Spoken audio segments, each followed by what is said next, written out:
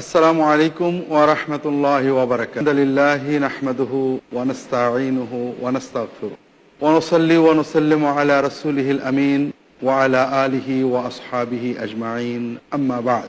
সম্মানিত দর্শক, আপনারা যারা আমাদের সাথে পিস টিভি বাংলার দারসুস সুন্নাহ অনুষ্ঠানে অংশ নিয়েছেন, সবাইকে স্বাগত জানাচ্ছি। আল্লাহ তাআলা আমাদের দিন জানার এ প্রচেষ্টা দয়া করে কবুল করে নিন, আমিন। দর্শক, আমরা আলোচনা করছিলাম সুন্নাতের আলোকে পারিবারিক জীবন। এ প্রসঙ্গে আমরা আলোচনা করছিলাম কোরআন নির্দেশিত পবিত্র, তৃপ্তিময়, শান্তিময় পরিবার অর্জনের জন্য অত্যন্ত গুরুত্বপূর্ণ বিষয় আর রিফক, বিনম্রতা, সুন্দর আচরণ, ধৈর্য। রাসূলুল্লাহ সাল্লাল্লাহু আলাইহি ওয়াসাল্লাম এই বিষয়ে অনেক নির্দেশনা দিয়েছেন। আমরা কয়েকটি হাদিস ইতিপূর্বে আলোচনা করেছি। রাসূলুল্লাহ সাল্লাল্লাহু আলাইহি ওয়াসাল্লাম বলছেন যে মুমিনদের ভিতরে সেই মুমিনই সবচেয়ে ভালো যার আচরণ সুন্দর, আর তাদের ভিতরে শ্রেষ্ঠ যে তার পরিবারে সুন্দর, স্ত্রীর সাথে সুন্দর আচরণ করে, আর এটা ইমানের পূর্ণতার লক্ষণ। এ বিষয়ে রাসূলুল্লাহ সাল্লাল্লাহু আলাইহি ওয়াসাল্লাম বিভিন্ন হাদিসে বারবার বলেছেন। অন্য হাদিসে রাসূলুল্লাহ সাল্লাল্লাহু আলাইহি ওয়াসাল্লাম বলছেন, খিয়ারুকুম লিআহলিহি ওয়া আনা খায়রুকুম লিআহলি। তোমাদের ভিতরে সেই শ্রেষ্ঠ যে তার পরিবারের কাছে শ্রেষ্ঠ, তার দাম্পত্য সঙ্গীর কাছে শ্রেষ্ঠ, আর আমি আমার পরিবার, আমার স্ত্রীর কাছে শ্রেষ্ঠ।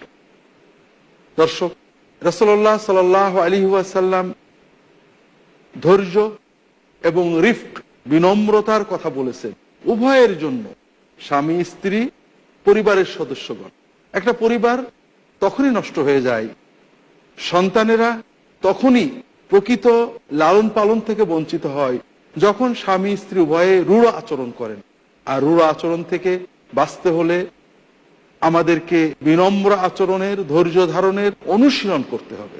রাসূলুল্লাহ সাল্লাল্লাহু আলাইহি ওয়াসাল্লাম বলেছেন, লাইসা শাদীদু বিসরাহ ওয়ালাকিন্নাশ শাদীদা মান ইয়ামলিকু নাফসাহু ইনদাল গাদাব। শক্তিশালী ব্যক্তি তো ওই ব্যক্তি নয় যে রেসলিং এ, মল্লযুদ্ধে প্রতিদ্বন্দ্বীকে পরাজিত করে, ওই ব্যক্তি প্রকৃত শক্তিশালী নয়। প্রকৃত শক্তিশালী ওই ব্যক্তি যে ব্যক্তি ক্রোধের সময় নিজেকে নিয়ন্ত্রণ রাখতে পারে। একজন এসে বলছে, ইয়া রাসূলুল্লাহ, আমাকে নসিহত করুন। রাসূলুল্লাহ সাল্লাল্লাহু আলাইহি ওয়াসাল্লাম বলেন, লা তাগদাব, তুমি রেগো না। ইয়া রাসূলুল্লাহ, আমাকে নসিহত করুন, তুমি রেগো না।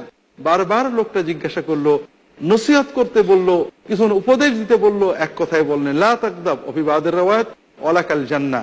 তুমি ক্রোধান্বিত হও না, রাগকে নিয়ন্ত্রণ করো, তাহলেই তোমার জন্য জান্নাত নিশ্চিত। দর্শক, আমরা কেন ক্রোধ নিয়ন্ত্রণ করব এবং কিভাবে করব? রাসূলুল্লাহ সাল্লাল্লাহু আলাইহি ওয়াসাল্লাম সবই শিখিয়েছেন। আমরা তখনই নিয়ন্ত্রণ করতে পারবো যখন এর সওয়াব, ফজিলত, মর্যাদা জানতে পারবো। আমরা কত কষ্ট করে ক্ষুধা, পিপাসা নিয়ন্ত্রণ করে রোজা রাখি, কেন? আমরা জানি যে এর ভিতরে সওয়াব আছে। রোজা ভেঙে ফেললে আল্লাহ তাআলা নারাজ হবেন, আমাদের গুনাহ হবে, তাই তো পারি প্রচন্ড পিপাসায় ধৈর্য ধারণ করতে। ঠিক তেমনি যখন আমরা বুঝবো যে স্ত্রীর উপরে রাগ হয়েছে, আমি রাগের মাথায় তাকে বকতে পারি, স্বামীর উপরে রাগ হয়েছে, আমি রাগের মাথায় তাকে বকতে পারি, কিন্তু না বকলে কি হবে? আল্লাহ রাসূল সাল্লাল্লাহু আলাইহি ওয়াসাল্লাম বলছেন, মান কাযামা গায়দাহু ওয়া হুয়া ইসতাতিউ আন ইউনাফিযাহু মালাআল্লাহু কলবাহু আমনান ইয়াউমাল কিয়ামা ওয়া রিদান। যদি কেউ ক্রোধান্বিত হয়েছে এমন ব্যক্তির উপরে যে ব্যক্তিকে সে ক্রোধের কারণে শাস্তি দিতে পারে, বকতে পারে, হয়তো আঘাত করতে পারে, ধাক্কা দিতে পারে, যার উপরে ক্রোধের প্রকাশ করা সম্ভব, এইরকম কোন ব্যক্তির উপরে ক্রোধ হওয়ার পরেও যদি কেউ ক্রোধ নিয়ন্ত্রণ করে তাকে ক্ষমা করে, নিজেকে নিয়ন্ত্রণ করে, আল্লাহ তাআলা কিয়ামতের দিন তার অন্তরটাকে শান্তি এবং সন্তুষ্টি দিয়ে পরিপূর্ণ করে দেবে। সম্মানিত দর্শক, প্রত্যেকে এটা মনে রাখতে হবে। সিয়ামের সময় যেমন আমরা মনে রাখি যে আমি তো সিয়ামরত আছি, পিপাসা, ক্ষুধায় কাতর হয়ে গিয়েছি, পানি রয়েছে সামনে কিন্তু পান করছি না, খাদ্য রয়েছে খাচ্ছি না, কারণ আমরা জানি না খেলে আল্লাহ সওয়াব দেবেন, খেলে গুনাহ হবে। ঠিক তেমনি সামাজিক লৌকিকতা, সেখানেও রাগ কন্ট্রোল করতে হবে, নিয়ন্ত্রণ করতে হবে। সামাজিকতা নেই, লৌকিকতা নেই, ঘরের ভিতরে স্বামী স্ত্রী পরস্পরে রেগে গিয়েছি, আমি কিছু বকতে পারি, ছুড়ে মারতে পারি, আঘাত করতে পারি, ক্ষমতা আমার আছে, অধিকারও আমার আছে, কিন্তু আমি যদি নিয়ন্ত্রণ করি তাহলে আল্লাহ তাআলা কিয়ামতের দিন আমাকে এত পুরস্কার দেবেন। এই কথা আমরা যখন বিশ্বাসে পরিণত করব, চেতন থেকে অবচেতনে নিয়ে যাব, আমরা সহজেই রাগকে নিয়ন্ত্রণ করতে পারব। সম্মানিত দর্শক, আল্লাহ তাআলা কোরআন কারীমে মুমিনদের মূল বৈশিষ্ট্য বলেছেন ক্রোধের সময় ক্ষমা করা। ওয়াইযা মা গাযিবু হুম ইয়াগফিরুন, যখন তাদের রাগ হয়, ক্রোধান্বিত হয়, যার উপর রাগ হয়েছে তাকে মাফ করে দেয়। আল্লাহ কোরআন কারীমে অন্য জায়গায় বলেছেন ওয়াসারিউ ইলা মাগফিরাতিম মির রাব্বিকুম ওয়া জান্নাতিন আরদুহাস সামাওয়াতু ওয়াল আরদু উইদ্দাত লিল মুত্তাকিন আল্লাযীনা ইউনফিকুনা ফিস সাররা'i ওয়াদ দাররা ওয়াল কাযিমিনাল গায়যা ওয়াল আফিনা আনিন নাস আল্লাহু ইউহিব্বুল মুহসিনিন। তোমরা দ্রুত প্রতিযোগিতা করে এগোও জান্নাতের দিকে, যে জান্নাতকে আল্লাহ বানিয়েছেন মুত্তাকিদের জন্য। তারা কারা? যারা সচ্ছলতা অসচ্ছলতা সর্ব অবস্থায় আল্লাহ তাআলার পথে ব্যয় করে, যারা ক্রোধকে নিয়ন্ত্রণ করে, মানুষকে ক্ষমা করে দেয়। ক্রোধ নিয়ন্ত্রণ করা, মানুষকে ক্ষমা করা জান্নাত পাওয়ার অন্যতম মাধ্যম। এগুলো আমাদের বারবার অনুশীলন করতে হবে, মনে রাখতে হবে। সম্মানিত দর্শক, কিভাবে ক্রোধ সম্বরণ করতে হবে? আধুনিক পরিভাষায় অ্যাঙ্গার ম্যানেজমেন্ট কিভাবে করতে হবে, সবচেয়ে বড় সুন্দর শিক্ষা দিয়েছেন রাসূলুল্লাহ সাল্লাল্লাহু আলাইহি ওয়াসাল্লাম। যখন রাগ হবে পারিবারিক জীবনে, সকল ক্ষেত্রে রাসূলুল্লাহ সাল্লাল্লাহু আলাইহি ওয়াসাল্লাম বলেছেন আউযু বিল্লাহি মিনাশ শাইতানির রাজিম, বারবার পড়তে হবে। আল্লাহ তাআলার কাছে বিতাড়িত শয়তান থেকে আশ্রয় চাচ্ছি, কারণ শয়তান এখন আমার নিয়ন্ত্রণ গ্রহণ করছে, আমাকে রিমোট কন্ট্রোল করছে। এখন সে যেটা বলবে আমাকে সেটাই করতে হবে, কাজে আল্লাহ তাআলার কাছে আশ্রয় চাইতে হবে। সচেতন ভাবে আশ্রয় চান, যখনই আপনি বুঝবেন যে শয়তান রাগায়, তখন আপনার নিয়ন্ত্রণ এসে যাবে। রাসূলুল্লাহ সাল্লাল্লাহু আলাইহি ওয়াসাল্লাম বলেছেন ইযা গাদিবা আহাদুকুম ফালইয়াসমুত, যখন তোমার রাগ হবে তখন চুপ করে যাবে। রাগ নিয়ন্ত্রণ করা, প্রোঅ্যাক্টিভ না হয়ে রিঅ্যাক্টিভ না হয়ে প্রোঅ্যাক্টিভ হওয়া। অর্থাৎ রাগ বলছে এইটা করো, আমি বলবো না ওইটা করব না, নিজের পূর্ব সিদ্ধান্ত অনুযায়ী কাজ করো। কাজেই রাগের সময় কোনো কথাই না বলা। আমাদের পারিবারিক জীবনে যত তালাক, যত ঝগড়া, যত বিচ্ছেদ রাগের কারণে হয়। আপনি যদি রাগের সময় আর কিছু নয়, শুধু মুখটা বন্ধ রাখেন, তাহলে আর কিছুই হবে। আর এটা আল্লাহ রাসূলের নির্দেশ। আপনি যদি রাগের সময় নিজের মুখটা বন্ধ করেন, রাগ না যাওয়া পর্যন্ত কোনো কথাই বলবো না, তাহলে আপনার সাথে যিনি ঝগড়া করছেন, আপনার দাম্পত্য সঙ্গী অথবা অন্য কেউ, আপনি যখন নীরব হয়ে যাবেন, তিনি আর বেশি কথা বলতে পারবেন না, তিনি আস্তে আস্তে নীরব হয়ে যাবেন। আপনি যখন নীরব হয়ে যাবেন, শয়তান বলবে বল তোকে তালাক দিলাম, বল আমি চলে যাব, বল এটা করব। যত এগোবেন তত বাড়বে। কাজে রাগ হলে নীরবতা, রাসূলুল্লাহ সাল্লাল্লাহু আলাইহি ওয়াসাল্লাম নির্দেশ। আপনি নীরব হলে সওয়াব পাবেন, বরকত পাবেন, শান্তি পাবেন। সরব হলে শয়তান আপনার নিয়ন্ত্রণ করবে। আল্লাহ রাসূল সাল্লাল্লাহু আলাইহি ওয়াসাল্লাম বলছেন, যদি তোমাদের ক্রোধ হয়, রাগ হয়, চুপ করেছো, নিয়ন্ত্রণ হচ্ছে না, ওযু করো। হাতে মুখে পানি দেওয়া, ওযু করা, ওযুর মাধ্যমে শান্ত ভাব চলে আসবে। আবু যার গিফারী রাদিয়াল্লাহু তাআলা আনহু এক জায়গায় পানি খাওয়াচ্ছেন উটের, পানির পাত্র, পানির বড় চৌবাচ্চা জাতীয়, সেখানে উটের পানি খাওয়াচ্ছেন। আরেকজন জোর করে পানি খাওয়াতে দিয়ে চৌবাচ্চাটা ভেঙে ফেলেছে। উনি দাঁড়িয়েছিলেন, চট করে বসে পড়লেন, বসার পরে শুয়ে পড়লেন। সবাই তো দেখে অবাক, ইনি কি করছেন? পরে যখন উনি বসলেন, সবাই জিজ্ঞেস করলো, আপনি দাঁড়িয়েছিলেন, হঠাৎ বসে পড়লেন, আবার হঠাৎ শুয়ে পড়লেন কেন? তিনি বললেন, রাসূলুল্লাহ সাল্লাল্লাহু আলাইহি ওয়াসাল্লাম বলেছেন, যদি কেউ রেগে ওঠে, ক্রোধান্বিত হয় কারো উপরে, কোনো কারণে, কোনো কাজে, সে যেন দাঁড়ানো থাকলে বসে পড়ে, বসাতেও যদি তার ক্রোধ নিয়ন্ত্রিত না হয়, সে যেন শুয়ে পড়ে। দর্শক লক্ষ্য করুন, সাহাবায়ে কেরাম কিভাবে রাসূলুল্লাহ সাল্লাল্লাহু আলাইহি ওয়াসাল্লাম নির্দেশগুলো হুবহু পালন করতে। কোনো কথা নেই, চৌবাচ্চার পাশে বিছানা নেই, যেটা আছে বসে পড়েছে, বসার পরে রাগ যাচ্ছে না, শুয়ে পড়েছে।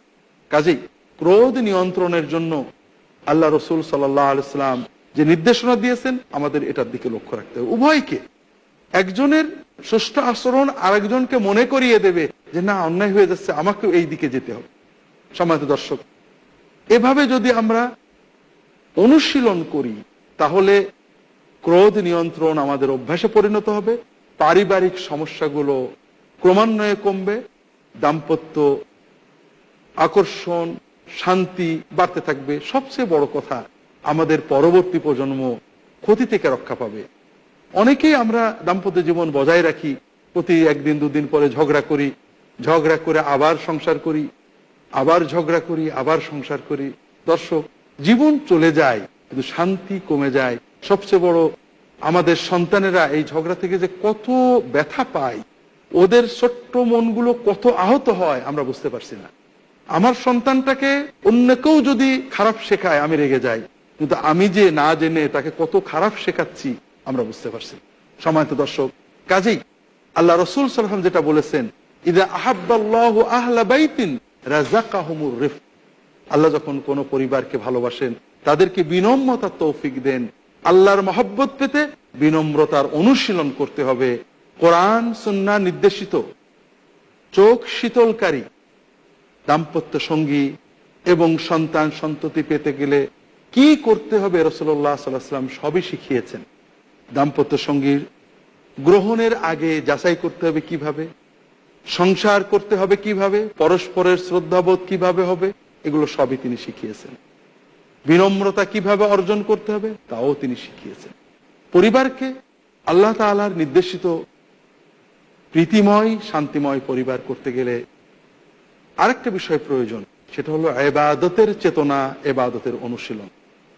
আমরা পরিবারকে মনে করি জাগতিক একটা কাজ, বাজার করবে একজন, রান্না করবে একজন, খাবে সবাই একসাথে, এইরকম একটা কাজ। এটা দুনিয়ার ইউনিট নয়, এটা একটা ডিভাইন ইউনিট। এটা একটা আখিরাতের অনন্ত জীবনের চলার সাথী। আমাদের ইবাদত হবে একসাথে, পরিবারও হবে একসাথে।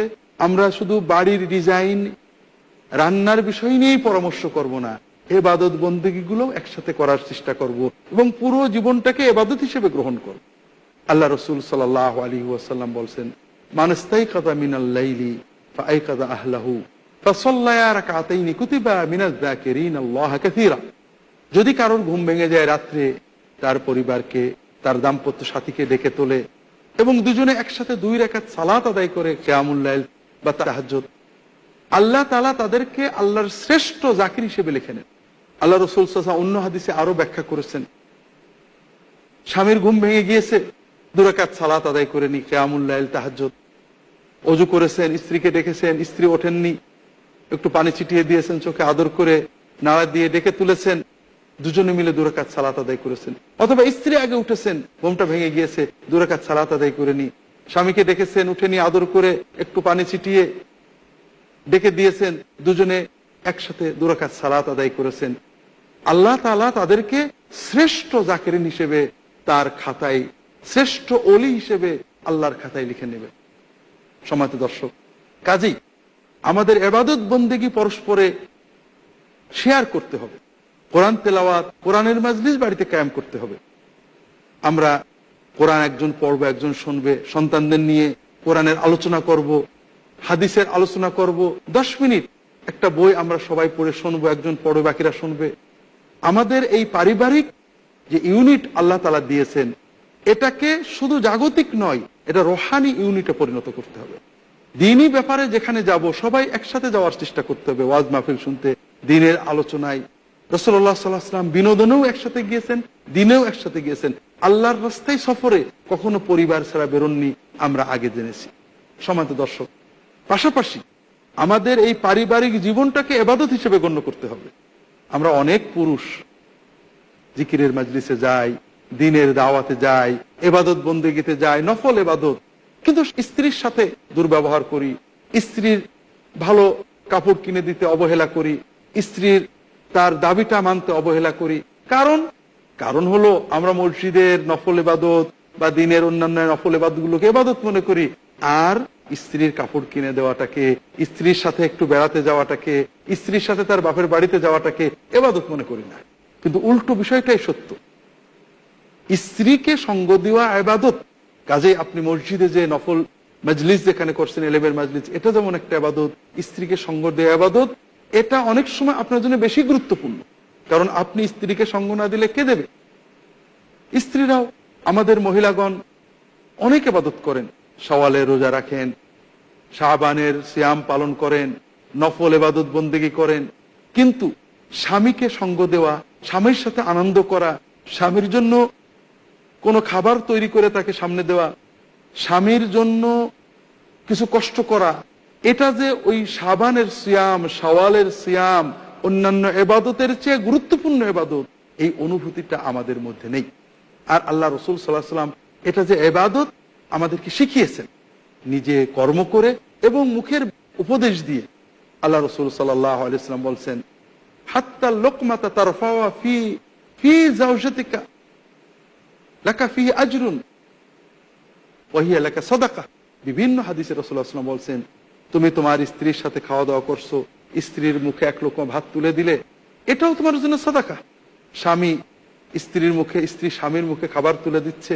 রাসূলুল্লাহ সাল্লাল্লাহু আলাইহি ওয়াসাল্লাম অকারণ হাসি তামাশা অপছন্দ করতেন, কিন্তু স্ত্রীর সাথে খেলাধুলো, স্ত্রীর সাথে হাসি তামাশা এটাকে ইবাদত বলে গণ্য করেছেন। কাজেই আমাদের বুঝতে হবে যে পারিবারিক বাঁধনকে সুন্নাহ মোতাবেক পবিত্র করতে গেলে আমাদের সকল কর্মকে ইবাদত হিসেবে গণ্য করতে হবে। আমাদের পারিবারিক কর্ম, দায়িত্ব পালন, পূর্ববর্তী হাদিসগুলোতে আমরা দেখেছি সন্তানের জন্য ব্যয়, স্ত্রীর জন্য ব্যয়, পিতামাতার জন্য ব্যয়, এগুলো ইবাদত। আপনি যখন স্ত্রীর খরচের জন্য, সন্তানের খরচের জন্য, পিতামাতার খরচের জন্য আয় করতে যাচ্ছেন, ইবাদত করছেন। কাপড় কিনছেন, ইবাদত করছেন। স্ত্রীকে কাপড়টা ইবাদত করছেন। রাসূলুল্লাহ সাল্লাল্লাহু আলাইহি ওয়াসাল্লাম সাহাবী বাজারে যাচ্ছেন, ওমর ইবনে খাত্তাব রাদিয়াল্লাহু তাআলা জিজ্ঞেস করছেন, কোথায় যাচ্ছ? একটা কাপড় কিনবো। কি করবে? সাদাকা করব, দান করব। পরে একদিন উনি আবার জিজ্ঞেস করছেন, তুমি কাপড় কিনে কি করছিলে? দান করেছি। কাকে দিয়েছো? স্ত্রীকে। হ্যাঁ, স্ত্রীকে দিলে দান হয়? বলে হ্যাঁ, রাসূলুল্লাহ সাল্লাল্লাহু আলাইহি ওয়াসাল্লাম বলেছেন তোমাদের স্ত্রীকে যেটা দেবে ওটাও দান। আয়েশা রাদিয়াল্লাহু তাআলা আনহার কাছে বলছি, ইয়া উম্মাল মুমিনিন, আপনি কি রাসূলুল্লাহ সাল্লাল্লাহু আলাইহি ওয়াসাল্লামকে বলতে শুনেছেন যে স্ত্রীকে যেটা দেওয়া হয় ওটাও দান? বলে হ্যাঁ, রাসূলুল্লাহ সাল্লাল্লাহু আলাইহি ওয়াসাল্লাম বলেছেন এটাও সাদাকার মতোই সওয়াব হবে। আমরা এর আগের হাদিসে দেখেছি এটাতে বরং সওয়াব বেশি হবে। কাজেই স্বামীর জন্য স্ত্রীর কষ্ট, পরিশ্রম, ত্যাগ, আনন্দ, খেলাধুলো, হাসি তামাশা, এটা যেমন ইবাদত, স্ত্রীর জন্য স্বামীর এগুলো ইবাদত।